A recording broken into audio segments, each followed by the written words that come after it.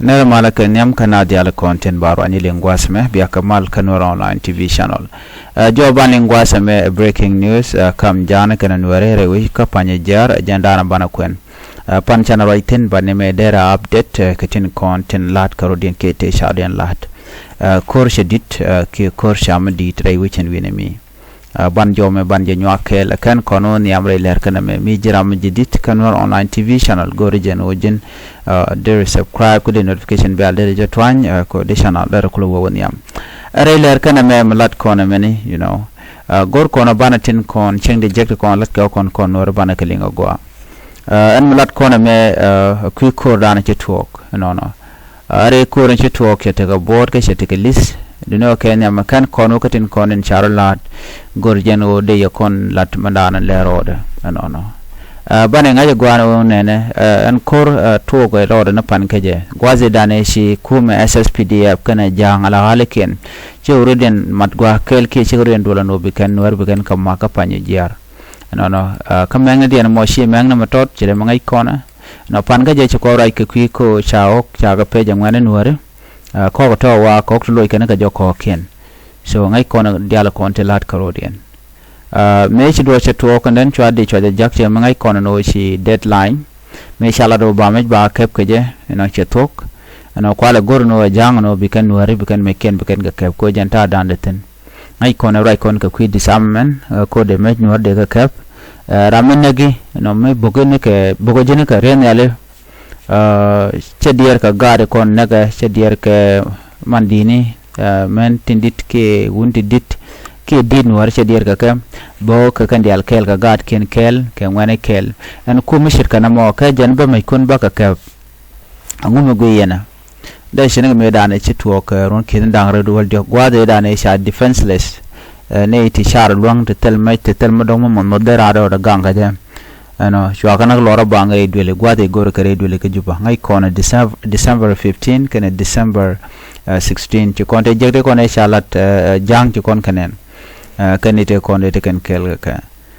ci kon ti jegne kana long ci kon kanen re tega dan minyo do anta mi ci kel mi yadi ci nyoko mi lade je ano kabe mai do anware ka jana tela mal ramadan daga mal kul lat kel man kul la anwar dan dong de anwar jangat mi $1 ngoda lo ayena Dr. Machar ngoda lo ayena kana lun up to now ngoda led Africa Union gat international community ngoda led katen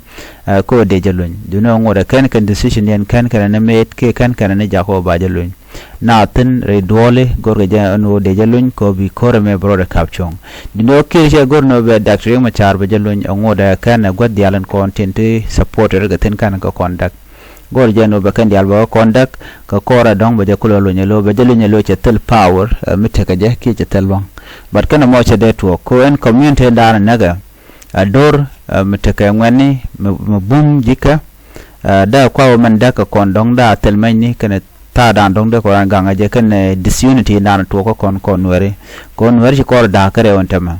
ate kon ganweren kon en tega juba tila kwarten kon yara mat kirmi yadit ko mi jin wi juba entama lere chetel nuer mana ka by the way lere chetel nuer mana karar lere chetel ganwer miliu lere chetel re melon re do anware ngar kana ngar ken amane ken kon dialen kon tin la kwar ken no tele karek toiran no lo tenaloidu kujen wo tega ganwer tiliu tongomi karun mi she du gwaben ka gwa kwingwene bran nyoga jien we dor nueri waja kwany e be let ka chari be let ka dul wal be la dul gori no biga kany ngano kai ti ba kula no ka all this thing biga happen a lot ko gwasen be ko tele kwar ba kwany ga juba kirme yadi ki changi transitional government ko gwa ba kan a che dor nueri be campaign be jo latin ko shi juba ba ko ingin ba latin karwada no mi juba changaran te de part including jang penken teram de pas ke lagula jambu ka village dor ken ba ko kwenten no ko ne dial kon nen yen ke tente ka parliament ke tente luaga borndan la na dolten MP ni kan dial ne dialati la ko na ya ko ngen da wuji ba ko nyo ko nyere parliament ka lo cha nga no ku represent ne kun tende da wuji ban mi tere je tar thong mi chai de mo kwal mai dong che de to ajem nen yana tem rana jen bana be ka bedak ko gorga jeno be ka lo yal ka ken ma yadi bu dar bi bedak ke le mane dial content chung kel ga dak ma char and of course right now de you know cha kon dial kon ba kon were no jinga ketini so everything cha kon bapten you know so jana dan le roda mu kon ben ga ko dan to kan tema ka panyijiar shiramen ji kon ling na won panyijiar cha ko medit ka gwaze dan sha ma ka ja ko to ga shanka wal bakal duno ko la war ko ne kan na kan we no ko kula wona kan gwaze dan wu kan waru kan ga maktun ga panyijiar me cha chu lar ngwan shi ngaru den chu nyo gore la ka ko bi ka ne to bi ka rum ga ke me shi gurum ga ke shi gurum pan no ka shanka wal baro ga pa bakal ron kina dang ro jan dang ro di kon wal murai ko ne shanka wal badak no ya shang wal baro jan ku gurum ga so shang wal baro an wala shang wal badak ka pa bakal ron kin dang ro jan dang ro di jan ko la jan mele kwen ga je ano ka jo da ne shi kon ne kenyam ano me kan kana we bu kula jen awa goten kon de na maktun kan jang SSPDF kana halikin ko kan ci wurden mat jel kana la SSPDF so Sudan People Defense Force no ko kan yal nget kana ren yal mi ren yal wo na book you know agenda na nget kana la kan shaw so to am la jele la ko ngai kana no te kan get back up gote ko ne ji ko ni ngano bi kan kam magre wi ka panya ja sana ila no kan dong de ka ben ga daro shal ka pashar ke dong de ka ben ka daro shal ka pashak ke dong de ben ga daro shal ka mayum so kan wi ti gwe ga yan wonde ka ben ka ja ano baranta me ka jen jo lat kona me reler kana me ci kor me to pan ka jo dan shalat ci ngane nuere char yale ka gwa mi ci yale ka mo ci ni ga jang la jang SSPDF no te mo ngai kon diala so kan jang to murai kone cha ka juch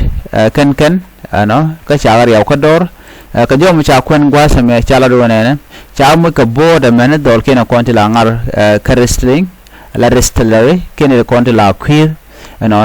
wakan cha ne ri chugo jen badak cha mo ka bot no ka jen kore dana ci tok anyok minutin wa gwa dana tar kotin e yirol is no ci nuer je jambor che wona ka yirol is ka jo dana cha kwen ci kan jang kan ga jo chen wine mi ka jun mi dit wa makan mo tok ba so cha jo mo cha ja kwen no ci kor mo chora lat antama minutin wo nuer bum kan nuer bo rogang ko kan mala jang no shima gwa ngai ko na shol kan counties ne ko no ka hostile counties which is not good thing to say it ka ne to malan wore ki ne to motela tila tribe so men tutun gwa sa me obaran ka bom bu kon nyin ka gwanter bana doran bana jagang chire malat kan tama nware kon tila jason bore wechen bine me ka panyijiar so de kon jogo no anu ya ka wemi am gang doran rodun no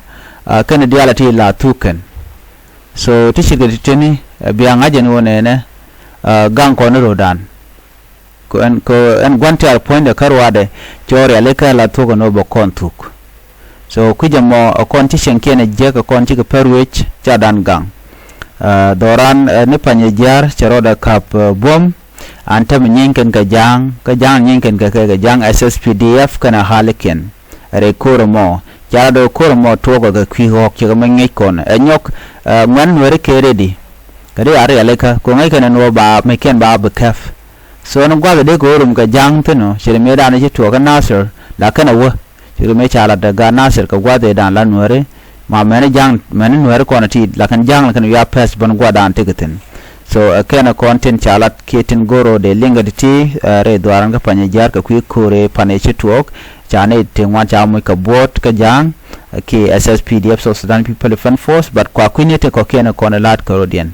gorno jin bijen nyaga nasen ko kien ani bana jegum rodien bye bye